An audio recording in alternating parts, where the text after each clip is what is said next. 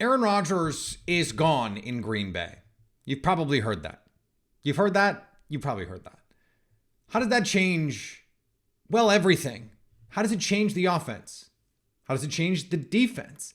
How does it change the approach, the institutional approach to personnel management, to game day decisions, to direction? We've talked about all of the parts of these things, or at least most of the parts of these things over the last few months. I want to put them all together, distill it all down, and try and get to the essence of what will change and what has to change about the 2023 Green Bay Packers without Aaron Rodgers. You are Locked On Packers, your daily Green Bay Packers podcast. Part of the Locked On Podcast Network, your team every day.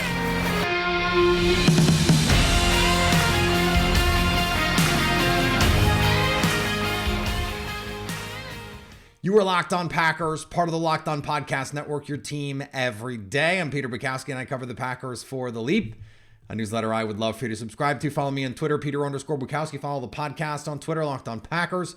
Like us on Facebook, subscribe to the podcast, iTunes, Spotify, Google Podcasts, wherever you find podcasts, you will find Locked On Packers, the #1 Packers podcast on the internet, and the show for fans who know what happened. They want to know why and how. And thanks to everyone who makes Locked On Packers their first listen every day. We hope you like starting your day with us as much as we like starting our day with you. Today's episode brought to you by our friends at LinkedIn Jobs. LinkedIn Jobs helps you find the qualified candidates you want to talk to faster. Post your job for free at linkedin.com/LockedOnNFL. That's linkedin.com/LockedOnNFL to post your job for free. Terms and conditions apply. So I was thinking about this Packers offense. That's what really spurred today's topic.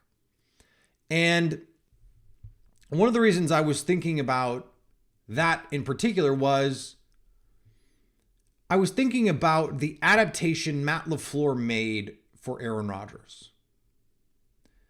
And this idea that even I have bought into to a certain degree about how we're going to see a more traditional Shanahan version of offense this year under Matt LaFleur. So I went and dug into the numbers. I wanted to see, okay, under center play action, or just play action, early down play action. Anecdotally, it felt like the Packers had used it a lot more with Jordan Love in the limited sample size than they had with Aaron Rodgers. Turns out it's not that different. In the Kansas City game, it was 38.5%. That's a significant chunk. But Aaron Rodgers last year's 34%. That's a pretty big number. And actually, Jordan Love was less than that, in part because Jordan Love spent so much time against the Eagles playing from empty. But that struck a chord with me because the Packers were down multiple scores at that point. They could have just said, look, Jordan Love is going to come in. He's just going to run a vanilla version of the offense. Let's just go under center, hand the ball off a couple times, get out of here with no one hurt. Not going to win this game. Aaron Rodgers is hurt. Let's not worry about it. They could have done that. Instead, they went empty and said, let's sling this around the yard. Okay. Interesting. And then one of my followers, Garrett, pointed this out to me. Last year, the Packers played 11 personnel, so 3 receivers, 50% of the time. Sean McVay played 11 personnel, 3 receivers, 90% of the time. This has been a Sean McVay thing. I'm going to play 3 receivers all the time. Kyle Shanahan, 11 personnel, 29% of the time. But Matt LaFleur is an outlier in that group using 12 personnel, 2 tight ends. He uses 12 personnel almost 40% of the time. Sean McVay uses it about 9 and Shanahan 21. Now, they use 21 personnel 40% of the time. You're getting bogged down in the numbers now, but Kyle Juszczyk is a hybrid kind of player. What's interesting, if you go back to 2017, the Rams were in 11 personnel about 78% of the time, and they were only in the gun They were only in the shotgun 20% of time. It felt like that 2017 Rams offense, 2017, 2018. It felt like they were in the gun a lot more. Last year, the Packers were in shotgun 53% of the time. That's even more than Sean McVay, who lives in this multiple receiver set world. It's way more than Kyle Shanahan. How much of that was Aaron Rodgers? How much of that was what Matt LaFleur wants to do? And it's easy, I think, and has been easy for me to say, well, that is a Aaron Rodgers thing, not a Matt LaFleur thing, except when we're trying to project this forward. Look at what the Bengals did for Joe Burrow. They said he played in 5-out football at LSU, played from empty. In a lot of ways, that simplifies everything. Everything is in front of the quarterback. Defenses have to declare a little bit more. Okay? So you simplify things for your quarterback. You simplify the reads because defenses can't do as much to disguise it. We saw that against the Eagles work. It's also the world that Jordan Love lived in at Utah State. They played an empty a ton. They were never under center. The under center part of his game is the part that they just had to make up because he'd never done it. So he's got to work on all that footwork, all that stuff. And I don't think it's as simple as, well, he's never done it, so we're never going to have him do it. But I think you're adapting to what your personnel is wanting to do.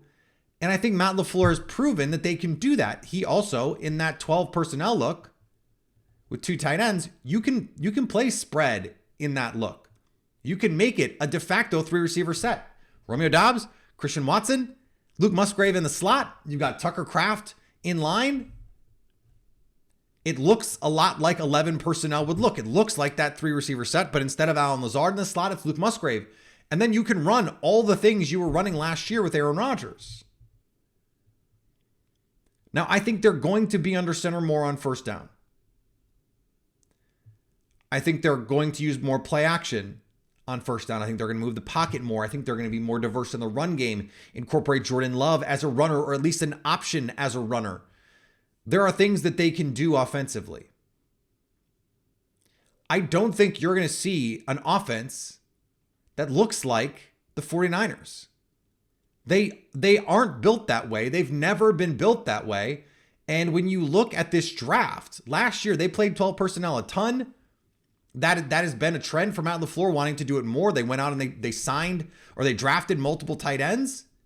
That says to me, this is how they want to continue to play. They want multiple guys on the field at all times. I said on Twitter, I think this is going to be more McVay than Shanahan, and I still think that's right. Not personnel, but in terms of, okay, under center, play action, but then in the gun, it's going to be spread. It's going to be 5 wide, it's going to be empty, or it's going to be 4 and you're running back, and you're going to give Jordan Love opportunities to make quick decisions, post-snap, pre-snap RPOs, get out and go. I've actually come to the conclusion, at least at this point, that this offense is going to look more similar to last year's and the year before's offense than I had previously come to understand. And part of that is I just think that Jordan Love actually fits. His background makes a lot of sense with a lot of the things that the Packers were doing over the last few years. And that Aaron Rodgers likes to play a lot of the same ways that Jordan Love likes to play. I think what the Packers are hoping is they're going to get someone who's a little bit more coachable, someone who's willing to throw across the middle of the field, someone who can make more plays with their legs, who can be a part of the running game with their, if you're running true zone reads is kind of irrelevant to me, but make it look like that. You can't even fake it with Aaron Rodgers. Like, no one is going to respect Rodgers on a keep. Even a lot of times those look like zone reads, but they're really just handoffs. You can't even fake it with Aaron Rodgers. No one buys it. So they're going to change a lot of the ways that they play offense, I think. But it's not going to be maybe as different as I have said on this show even, which is another reason why I wanted to do this, because I think that all the things that I've said about wanting to be more aggressive, throwing more on early downs, but throwing off play action, going for it on fourth down, potentially going for it more in the 2-point conversion area. I still believe those things. I don't think this is going to be a team that's going to suddenly become 55% run. It's just, I think the allocation of these resources is going to shift a little bit. But I wanted to point out essentially that I've come to the conclusion that I was wrong about the way that I was thinking about it before, and that a lot of the ways this team has played fit Jordan Love in ways that I didn't consider. I thought, there's all these things they're not doing to take advantage of the scheme that Kyle Shanahan does, or even Sean McVay does, that, Mike McDaniel does in Minnesota, forgetting that you've got Zach Taylor in Cincinnati, who's adjusting to his quarterback who wants to play in the gun. That you have Matt LaFleur in Green Bay with adjusting to a quarterback who wants to play in the gun. You have to do both. You have to be able to be adaptive. And that is what Matt LaFleur has shown he can be. How far do you push that when you have a quarterback who doesn't have, he has a way he's comfortable of playing. But when you're not Aaron Rodgers, how much do you get to push that? And when you're not Joe Burrow, former number 1 overall pick, how much do you really get to exert your force on that?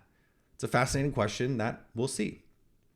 We're going to talk about the defense part of this coming up in just a second. These days, every new potential hire can feel like a high-stakes wager for your small business. You want to be 100% certain that you have access to the best qualified candidates available. That's why you have to check out LinkedIn Jobs. LinkedIn Jobs helps you find the right people for your team faster and for free. You can add a purple hashtag hiring frame to your LinkedIn profile to spread the word that you're hiring. You can use simple tools like screening options, making it easy to focus on the candidates with just the right skills and experience so you can quickly prioritize who you'd like to interview and hire. It's why small businesses rate LinkedIn Jobs number 1 in delivering quality hires versus leading competitors. LinkedIn Jobs helps you find the qualified candidates you want to talk to faster. Post your job for free at linkedin.com/lockedonnfl. That's linkedin.com/lockedonnfl to post your job for free. Terms and conditions apply. Thanks to everyone who makes Locked On Packers their first listen every day. Everydayers, a lot more on the show to come this week. Working on a couple interviews this week. We've got hopefully a rookie orientation series coming this week, and I'm working on booking some Aaron Rodgers signature series stuff. The reason we've had to wait is because I'm working on scheduling with some big name guests. So I'm trying to wait until they're fully ready, even if we have to push them into like August. I don't want to. I'm going to try and get them done in the next couple of weeks. But if we have to, like, there's some really cool people I'm trying to get. And so we're just trying to work on scheduling for all of that. All of that is coming up, hopefully very soon on Locked On Packers. So we've talked a little bit about the defense and how things need to change in general there. But when you don't have Aaron Rodgers, I don't know if you can live in that we're going to play 2 high safeties, let you run the ball, control the clock, and make you be efficient because we can be more efficient defense. I just don't know that that's tenable when you don't know if your offense can score in a match. Like in 2020 and 2021, you're making a bet that MVP Aaron Rodgers can be more efficient with his 6 or 7 drives than your guy can be with his 6 or 7 drives. If you're going to slow the game down, make teams go 8, 9, 10 plays. And the hope is you're going to create a turnover, you're going to get a holding penalty, you're going to get a negative play. And I think that's the way the Packers have built this defense. That's why you get a Colby Wooden. That's why you get a Carl Brooks. That's why you get a Devontae Wyatt. Those guys are not space eaters. They are penetrators. They are get up the field and create havoc in the backfield. You have to be able to create negative plays in the NFL right now to be a good defense. You can't just be a stout, we're gonna get stops, forcing completions and get PBUs and play good run defense. Offenses are too sophisticated right now. The advantages right now schematically are too great. And I just don't think you can do it unless you have just superlative personnel. It's sort of like what was going on with those cover 3 defenses back in the Seattle days. Like if you had Earl Thomas and Richard Sherman and Bobby Wagner play those defenses. If you didn't, you have to try something else. And the Packers need to try something else. Now, I'm not saying go full scale difference. I'm saying, okay, got to amp up the pressure a little bit.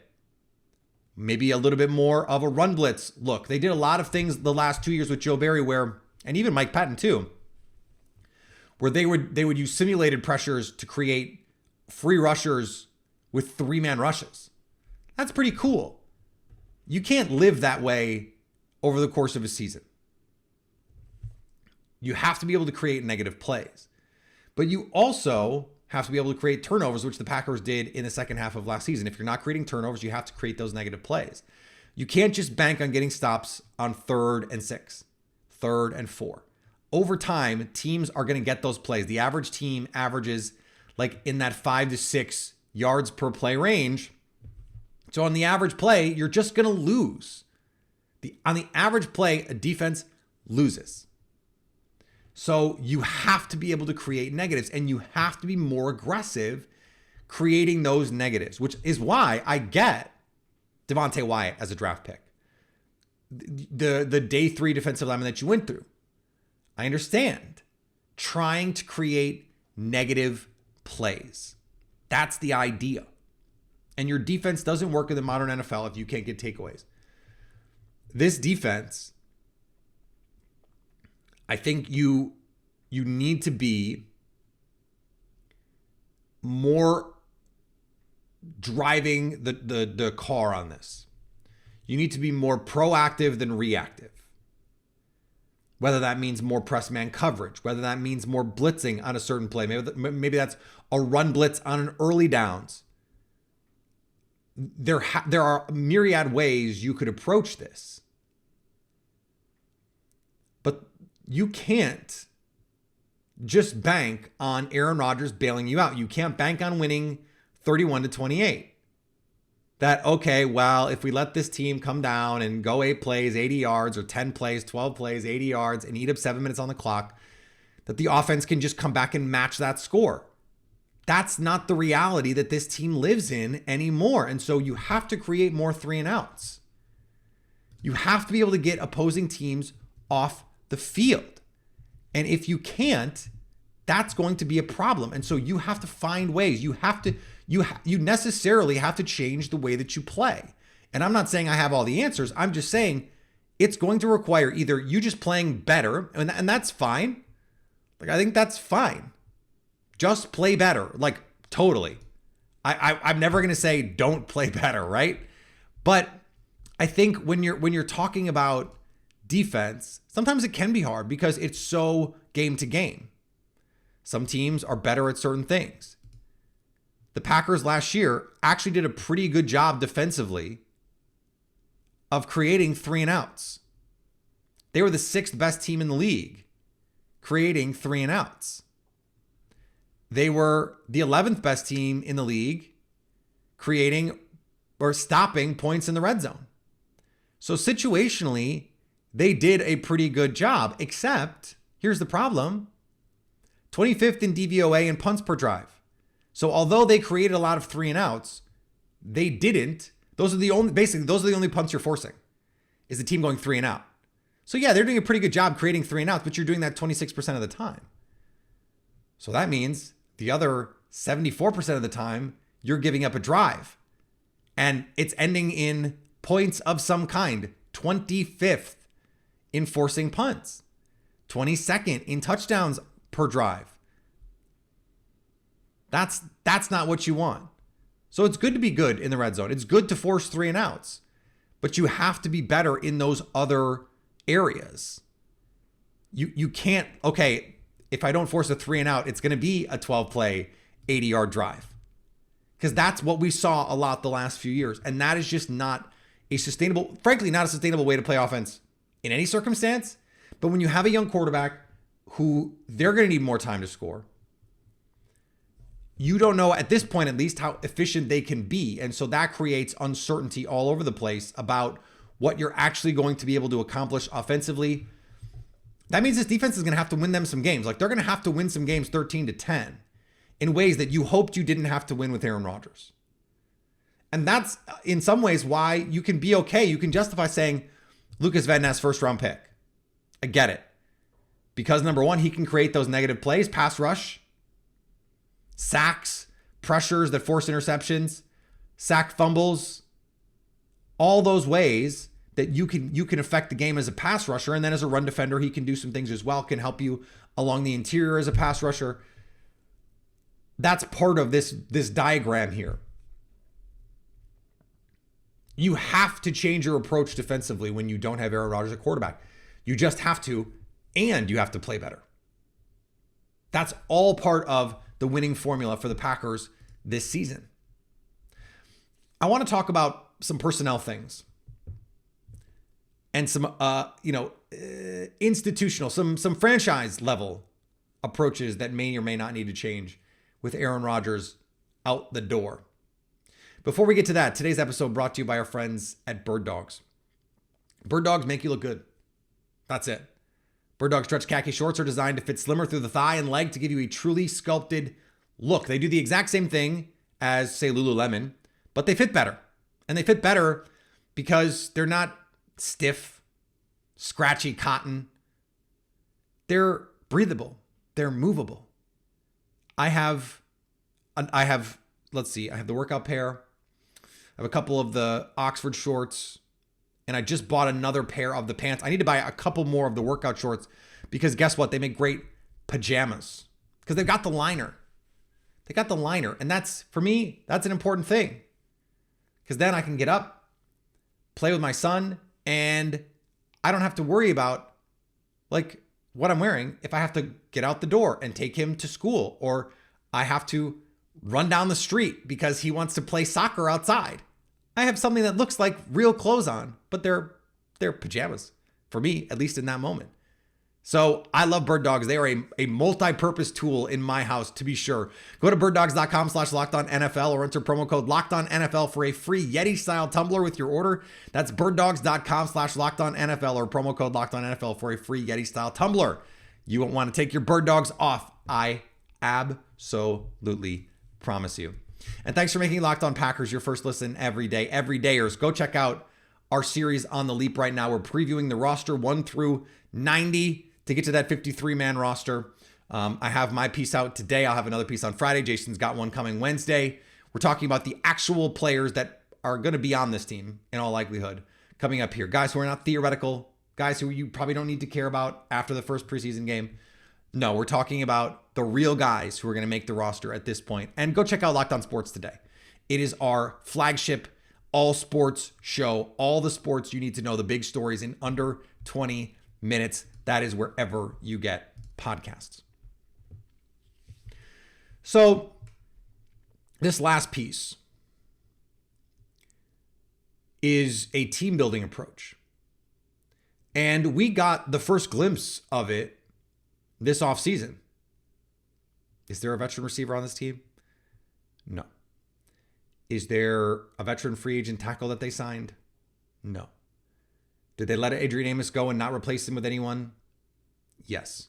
Are they going to go all young at the pass catcher position? All developmental at the offensive line, the backup offensive line? All developmental at the defensive line? Yes. The biggest mistakes that the Packers have made personnel-wise have been relying on veterans. In 2020, rather than play Elton Jenkins at left tackle, they let Rick Wagner play tackle. They moved Billy Turner and let Rick Wagner play tackle. You could have had Billy Turner stay at right tackle and move Elton Jenkins out one, played him at left tackle. I still think that was the move. But Rick Wagner, veteran, 2021. Rather than playing Yosh Nijman at left tackle, they made two positions worse by moving Billy Turner from right tackle to left tackle. And then playing Dennis Kelly at right tackle, he got smashed. Zach Tom should have been playing all season. But they opened the season with Jake freaking Hansen at right guard and Royce Newman at right tackle for reasons that absolutely boggle the mind. Zach Tom was by far better than both of those guys, but Zach Tom was a rookie. I find it hard to believe that Aaron Rodgers' input, or maybe just his mere existence, played into those decisions. That what Rodgers wanted most of all was guys who had been in the battles before, rather than the best players potentially, because it might mean you have to deal with a mental mistake. God forbid you have a mental mistake and instead play a player who's going to make 5 or 6 physical mistakes because they're just not as talented as these other guys that you could be playing. Offensive line has been one of the big culprits, but we saw it last year at receiver. Sammy Watkins should just never have been out there over Christian Watson or Romeo Doubs, ever. In fact, it became pretty clear right away that as soon as he got hurt, it should have just been over. And he came back and he did some nice things as a blocker and did what was asked of him and was a veteran. And then the Packers, I think, out of respect to him, released him and allowed him to go in and sign with a team that had a chance to go make the playoffs. They've cleared the decks on this team. But so how does that change your approach to those kinds of decisions, to offensive line shuffling? How does that change your approach to the way that you think about the 53-man? How do you, the active roster? I think it has to impact your decision. And I think what we're already seeing is there is this piece that says we understand that as a team. Brian Gutekunst, Mark Murphy, Matt LaFleur, because this team is so young. This team is so young, especially at positions where I think in years past, they would have gone out and they would have gotten a swing tackle. Now I think you have Josh Nijman now, so you feel good about that. You're pretty young on the interior, but that works. And you probably go out and get a veteran pass catcher if this is Aaron Rodgers. They didn't do that. They probably bring back Adrian Amos or something like that if this is Aaron Rodgers. But that's part of that is the difference between trying to go win a Super Bowl and not. I think this is going to free them up in a lot of ways to play guys who actually end up being better than the guys you could sign off the street because they don't have to worry about that. But certainly, I hope, and I think it will change their perspective on playing the young players. We'll see. But I wanted to flag this because it is something that I have my eye on because the Packers have made some key mistakes in this area. And it's something that Matt LaFleur, it's one of the big things I want to see him fix. All right, follow me on Twitter, Peter_Bukowski. Follow the podcast on Twitter, Locked On Packers. Like us on Facebook. Subscribe to the podcast at Locked On Packers, wherever you get podcasts, iTunes, Spotify, Google Podcasts, all that good stuff. Subscribe on YouTube. Come hang out with us live after preseason games, after family night, so you can stay Locked On Packers.